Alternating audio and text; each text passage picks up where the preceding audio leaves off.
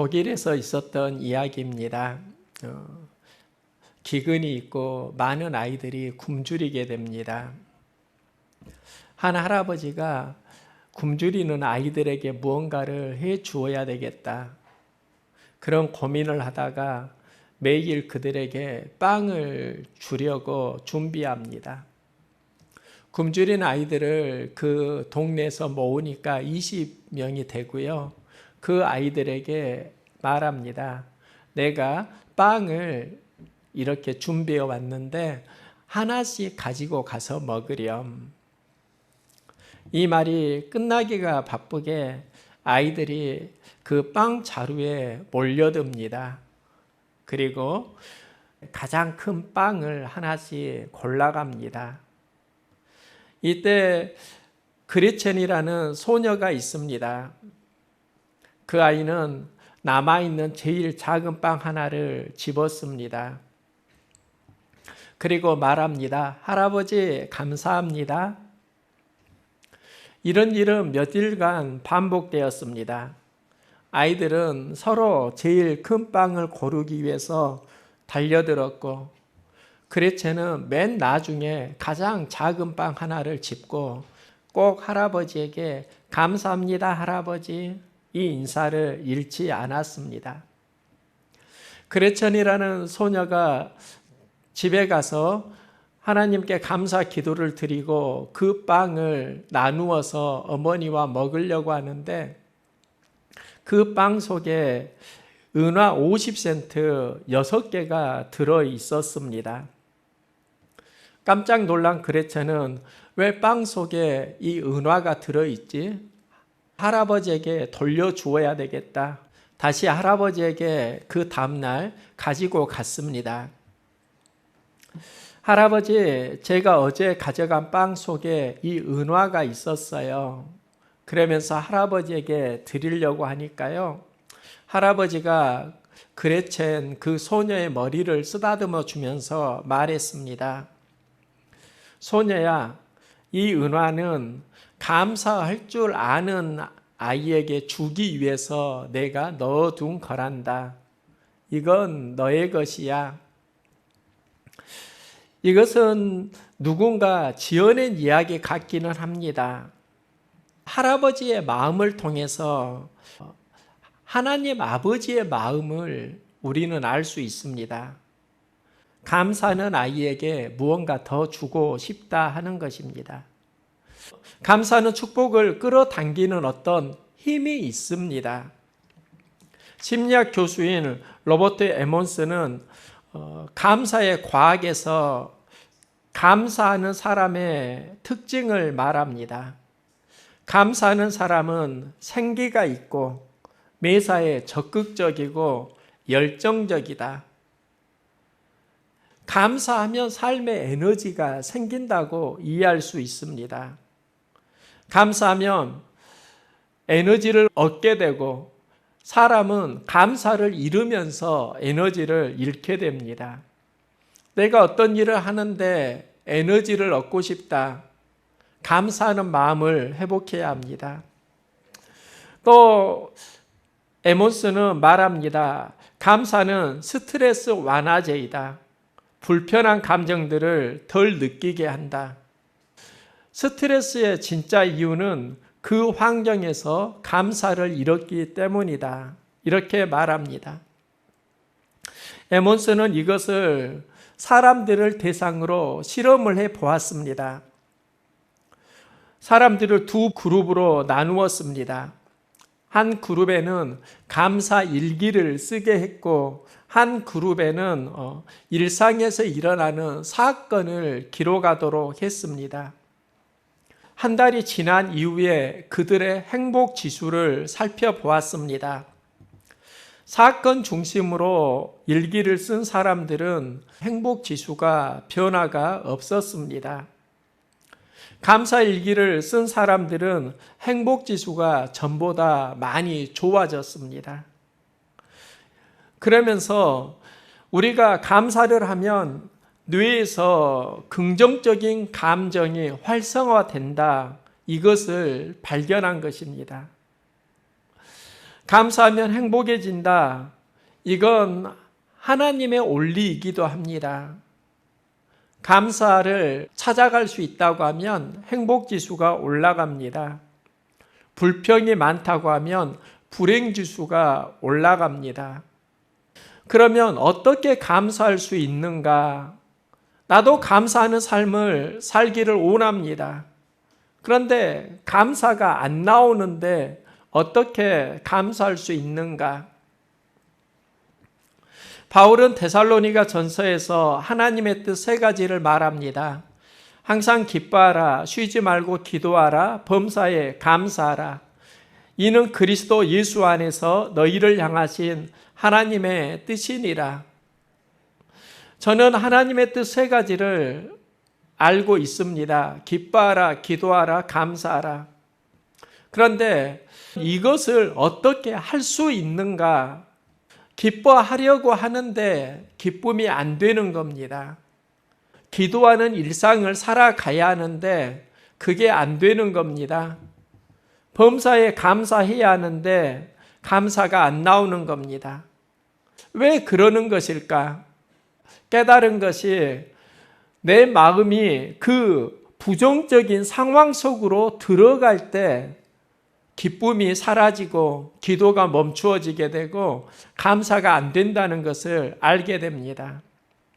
기뻐하라, 기도하라, 감사하라 이 말씀을 하면서 그 뒤에 그리스도 예수 안에서 너희를 향하신 하나님의 뜻이니라.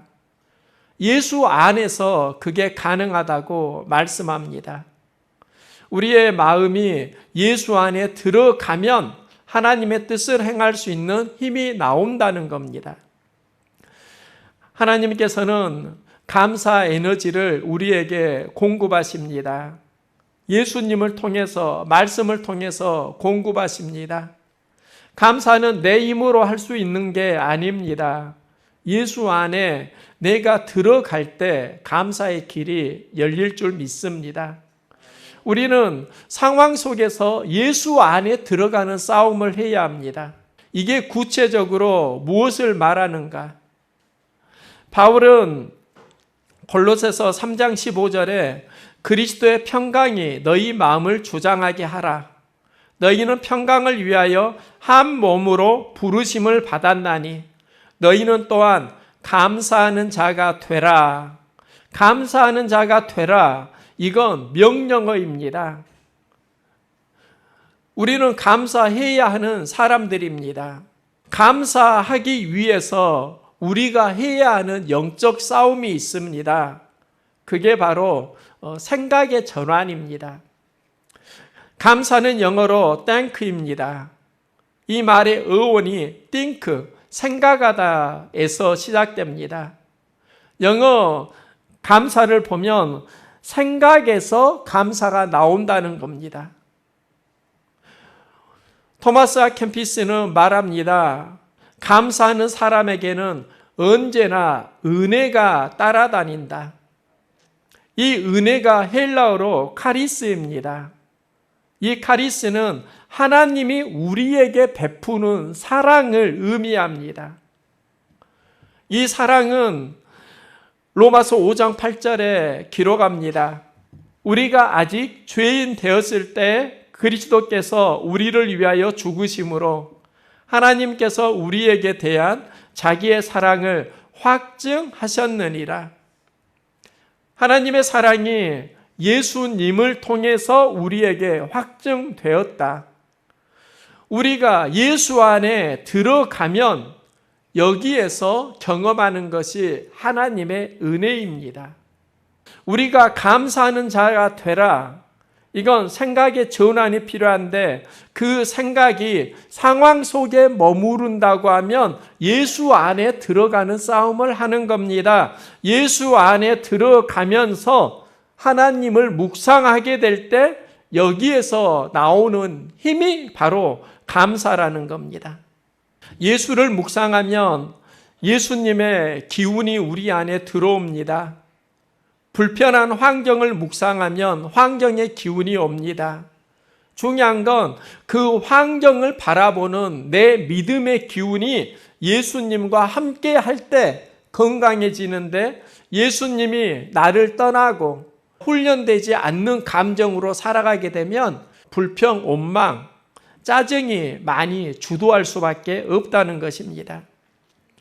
우리는 예수님을 묵상하는 삶을 통해서 감사가 시작됩니다. 우리의 생각이 예수님 말씀 안으로 들어가는 그 훈련, 그 싸움에서 감사하는 삶이 시작됩니다. 단테의 신곡은 지옥문을 이렇게 묘사합니다. 지옥문, 여기 들어오는 자 모든 희망을 버려라. 희망이 없는 곳이 지옥입니다. 우리는 예수 안에서 희망을 만들어 가야 하는데요. 프랑스에서 미술관을 지을 때 정부는 로댕에게 그 현관문을 만들어 달라고 8,000프랑을 주었습니다. 로댕은 그 현관문을 지을 때 단테의 신곡에서 영감을 받습니다. 지옥문, 여기 들어오는 자 모든 희망을 버려라. 그 미술관의 현관문 이름이 지옥문입니다. 높이는 7.5m, 너비 4m의 공간에 그는 지옥의 형벌로 몸부림치는 186명의 사람을 조각합니다. 그 조각의 상단 중앙에 한 작품이 있는데 그것은 고통당하는 사람들을 내려다보면서 무언가를 생각하는 사람의 조각입니다. 이 조각이 나중에 로댕의 작품 생각하는 사람의 모티브가 됩니다. 왜 로댕은 지옥문을 만들 때 왜 그 사람을 넣었을까? 이런 질문을 하면서 당신은 지금 무엇을 보고 있는가? 무엇을 생각하고 있는가? 이걸 살펴보라는 메시지는 아닐까? 내가 생각하고 있는 것, 내가 보고 있는 것, 그게 너의 인생을 인도한다는 겁니다. 무엇을 주시하고 보느냐, 무엇을 생각하느냐, 여기에서 감사와 불평이 나누어집니다. 우리가 예수를 바라보고 예수 안에 들어가면서 감사가 시작됩니다. 이걸 행했던 사람이 바울입니다. 바울은 아무것도 염려하지 말고 다만 모든 일에 기도와 간구로 너희 구할 것을 감사함으로 하나님께 아뢰라. 그리하면 모든 지각에 뛰어난 하나님의 평강이 그리스도 예수 안에서 너희 마음과 생각을 지키시리라. 감사함으로 하나님께 아뢰면 하나님의 평강이 예수 안에서 너희 마음과 생각을 지키시리라. 그러면 이 생각이 어디로 연결되는가? 빌립보서 4장 6, 7절이 감사함으로 하나님께 아뢰라이고 그 뒤에가 내가 궁핍함으로 말하는 것이 아니니라. 어떠한 형편에든지 나는 자족하기를 배웠노니. 그러면서 내가 비천에 처할 줄도 알고 풍부에 처할 줄도 알아.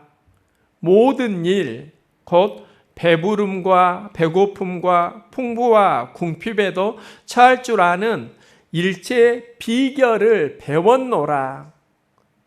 이 배웠노라가 내가 어떤 환경에서든지 자족하는 마음을 배웠다는 겁니다.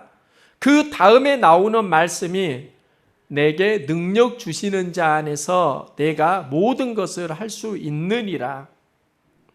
바울은 예수 안에 생각이 들어가면서 자족하는 걸 배웠다는 겁니다. 환경 속에서 예수님을 생각하면 바울은 자족하는 마음을 만들어내고 여기에서 감사함으로 하나님께 아뢰일 수 있는 영역을 얻은 것입니다. 바울은 말합니다. 그리스도의 평강이 너희 마음을 주장하게 하라. 그리스도 안에 들어가라는 겁니다. 너희는 평강을 위하여 한 몸으로 부르심을 받았나니 너희는 또한 감사하는 자가 되라. 감사하는 자가 되라. 이렇게 명령을 하면서 감사하는 자가 될 수 있는 그 비결을 그리스도의 평강이 너희 마음을 주장하게 하라. 그리스도를 생각하고 감사의 힘을 얻어내라. 이 말씀을 하고 있는 겁니다. 우리가 그리스도 안에 들어가면 마음에 새 힘이 생깁니다. 예수님이 십자가에 달려 죽었을 때 제자들은 불안합니다. 부활하신 주님을 만나고 그들은 평안을 얻습니다. 살아계신 예수님을 만나면서 평안이 회복됩니다. 우리의 생각이 예수 안에 들어가면서 감사가 시작됩니다. 우리가 해야 되는 싸움이 있습니다. 상황 속에서 예수님을 묵상하는 싸움을 할 수 있기를 소망합니다. 예수님 안에 들어간다는 게 무엇인가? 너희가 감사하는 자가 되기 위해서는 머리로 예수님을 생각하라. 그 다음에 감사하는 마음으로 하나님을 찬양하라. 생각은 마음으로 들어가야 합니다. 생각이 지각이라고 하면 감사하는 마음으로 하나님을 찬양하라. 이건 감정의 정서의 문제일 수 있습니다. 우리가 하나님을 안다고 할지라도 예수님을 생각한다 할지라도 마음이 없다고 하면 그건 죽은 생각입니다. 마음으로 하나님을 찬양하라는 겁니다.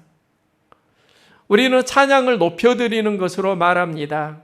하나님을 섬길 때 우리가 하나님을 어떻게 높여드리는가? 하나님을 높여드리는 찬양이 감사함으로 찬양하라입니다. 감사가 들어가는 예배가 하나님이 받으시는 예배입니다. 하나님께 나아갈 때 품어야 하는 마음이 감사 마음입니다. 많은 사람들이 말씀을 듣고 은혜는 받았는데 점심시간이 되어서 식사 문제가 걸리게 됩니다. 예수님이 빌립에게 묻습니다. 우리가 어디서 떡을 사서 이 사람들을 먹이겠느냐? 이때 제자들은 그건 불가능합니다. 200데나리온이 있다 할지라도 그 많은 떡을 사올 수도 없습니다. 예수님은 그것을 가능하게 하십니다. 그 출발점이 있습니다. 예수께서 떡을 가져 축사하신 후에 앉아있는 자들에게 나눠주시고 예수님이 축사하셨다. 이 축사가 현대인과 세번역에 감사로 기록되어 있습니다. 예수님은 하나님께 감사 기도를 드리고 이적을 행하셨습니다. 오병이의 기적을 일으키는 씨앗은 감사하는 기도였습니다. 예수님은 주어진 상황에서 감사함으로 하나님과 연결합니다. 감사가 하나님께 연결되면서 기적이 일어납니다. 우리의 삶도 그렇습니다. 하나님과 감사를 자꾸 연결하면 여기에서 생명 기적이 일어납니다. 하나님이 받으시는 찬양이 있습니다. 감사함으로 하나님을 찬양하라. 감사함으로 드리는 찬양입니다. 이 감사함으로 하나님께 드리는 찬양은 높여드리는 겁니다. 바로 예배라고도 할 수 있습니다. 하나님께 나아갈 때 가장 중요한 마음이 감사가 주도하는 마음입니다. 이스라엘 백성들은 광야에서 어려울 때 불평원망을 합니다. 이 마음 때문에 그들은 무너지게 됩니다. 하나님의 말씀을 이루는데 가장 방해되는 마음이 감사가 없는 마음이고 하나님을 회복하려고 하면 감사하는 마음이 먼저 회복되어야 합니다. 시편 기자는 말합니다. 감사함으로 그의 문에 들어가며 찬송함으로 그의 궁정에 들어가서 그에게 감사하며 그의 이름을 송축할지어다. 하나님께 어떻게 가야 합니까? 감사함으로 하나님을 높여드리라는 겁니다. 감사 중심이 있을 때 관계가 충만해집니다. 우리는 감사가 주도하는 생각을 해야 하고요. 또 감사는 마음으로 찬양하는 감정, 정의 문제. 그 다음에 또 무엇을 하든지 말에나 일에나 다 예수의 이름으로 하고 하나님 아버지께 감사하라. 바울은 무엇을 하든지 예수의 이름으로 그를 힘입어 감사하라고 합니다. 그리고 이 감사가 무엇과 연결되는가? 말에나 일에나 다 예수의 이름으로와 연결됩니다. 감사하는 삶을 사는 게 무엇인가? 감사 중심의 언어를 사용하라. 감사가 주도하는 삶을 살라는 겁니다. 이건 의지의 문제입니다. 결단의 문제입니다. 아인슈타인은 말합니다. 인생을 살아가는 데는 두 가지 방법이 있다. 하나는 기적은 없다고 생각하며 사는 것이고, 다른 하나는 모든 것이 기적이라고 생각하며 사는 것이다. 우리가 무엇을 생각하느냐에 따라서 삶이 달라지는데요. 감사하는 사람은 모든 것이 하나님이 공급하시는 기적이라고 고백하는 사람입니다. 네덜란드의 코리 텐 붐은 독일 나치 정권 시대에 살았던 인물입니다. 그녀의 가정은 유태인들을 숨겨주면서 나치 독일에 발견됩니다.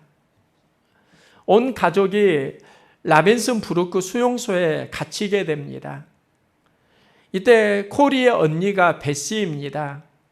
베시는 신앙이 매우 신실한 사람이었습니다. 그는 감옥에서 하나님께 감사 기도 드립니다. 하나님, 이 추운 겨울에 많은 사람들과 함께 어울릴 수 있도록 따뜻한 거처를 주심에 감사드립니다. 이들과 함께 사랑을 나누고 그들에게 복음을 전할 수 있는 은혜를 주심을 감사드립니다. 그 감옥에는 벼룩이 많았습니다. 온몸이 근질거립니다. 사람들은 벼룩 때문에 짜증을 냅니다. 이때 베시는 큰 소리로 하나님께 감사 기도 드립니다. 하나님, 벼룩을 주신 것을 감사합니다. 이 모습을 옆에서 지켜보던 동생 코리가 민망해서 언니를 꼬집습니다. 언니, 남들은 괴롭다고 아우성인데 어떻게 이와 벼룩에 감사해? 언니는 동생 코리에게 말합니다. 하나님의 섭리가 있을 거야. 그 섭리는 이렇게 나타납니다. 다른 감옥에는 간수들이 수시로 들려서 검열을 하고 괴롭혔는데 베시의 가족이 있는 그 감옥에는 아침, 저녁 딱 2번만 형식적으로 오는 겁니다. 그리고 음식만 전해주고 거의 도망가다시피 나갑니다. 벼룩 때문에 간수들도 그곳을 그다지 감시하지도 않는 겁니다. 그때 그들은 감옥 안에서 찬송을 부르고 기도할 수 있었습니다. 하나님을 품었던 겁니다. 저는 감옥과 수도원에 대해서 잠시 생각을 해 보았습니다. 모두 다 장소는 갇혀 있는 곳입니다. 감옥은 그 공간에서 불평과 짜증이 많은 곳입니다. 수도원은 감사 기도가 있는 곳입니다. 베시가 있었던 그 가족이 있었던 감옥은 어떻게 보면 수도원의 삶을 살았다, 수도원이었다 이렇게도 생각할 수 있습니다. 감사가 주도하는 곳이었기 때문입니다. 우리가 주어진 장소에서 감사가 주도하는 신앙 싸움을 해나갈 수 있기를 소망합니다. 그 싸움에서 우리가 승리하도록 해야 합니다. 일본에 나카지마 가오루가 있습니다. 그는 작곡가이고요. 또 굿바이 모닝 이 곡을 써가지고 세계 가요제에서 그랑프리 상을 수상하기도 했습니다.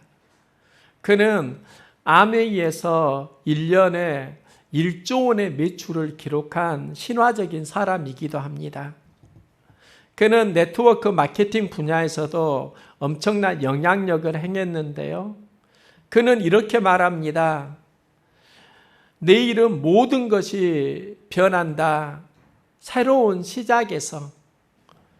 우리의 삶은 새로운 시작에서 내일의 새로운 변화를 경험할 수 있다. 이 말을 합니다.